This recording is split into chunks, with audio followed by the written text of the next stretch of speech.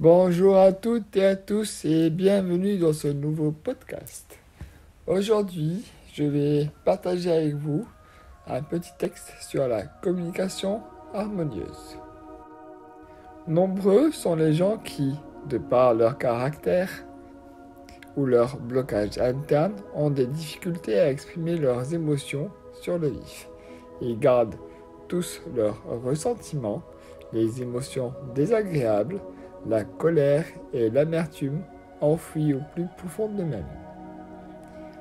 Les sentiments négatifs s'accumulent dans le corps et créent des obstacles dans le système énergétique. Ceci détruit le corps de l'intérieur, entraînant souffrance et maladie. Quel que soit le conflit, il est crucial de ne rien laisser de non résolu et de non manifesté. Les ressentiments et la douleur, les droits et les limites violées s'amassent dans le champ d'une personne et se manifestent ensuite de façon malsaine dans sa vie. La capacité de saisir l'instant, de comprendre et de se dire au moins à soi-même ce qui ne va pas, soulage de nombreux problèmes psychologiques. Vous apprenez à vous exprimer sur vos sentiments, à les extérioriser et à les empêcher de devenir destructeurs. Cela nécessite un travail colossal qui peut nécessiter l'aide d'un psychologue ou d'un psychothérapeute. La capacité de s'exprimer est le principal outil de résolution harmonieuse des conflits. Malheureusement, les gens ne peuvent pas lire dans les pensées les uns des autres.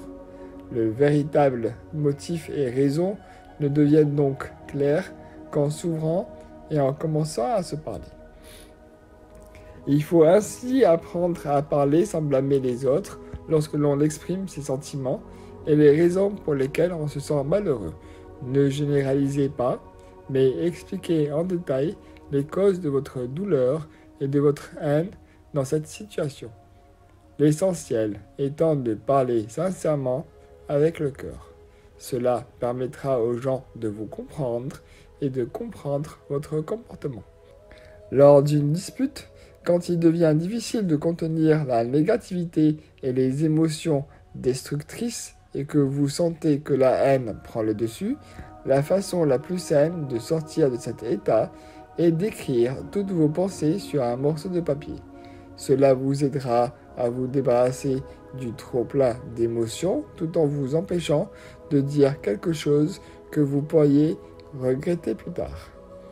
La pratique de la prise de notes aide à mieux comprendre les causes du conflit, à faire le tri dans vos sentiments et dans certains schémas comportementaux.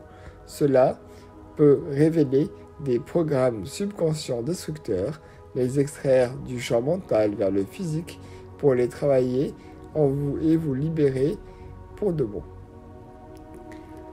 Le psychologue Marshall Rosenberg a écrit un livre basé sur la théorie de la communication non violente.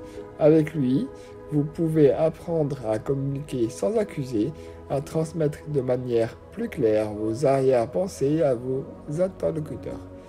L'harmonie dans toute relation dépend de la compréhension de vous-même et de ceux qui vous entourent, de l'expression de soi et de l'empathie. C'était tout pour aujourd'hui. Je vous remercie pour votre attention et votre écoute.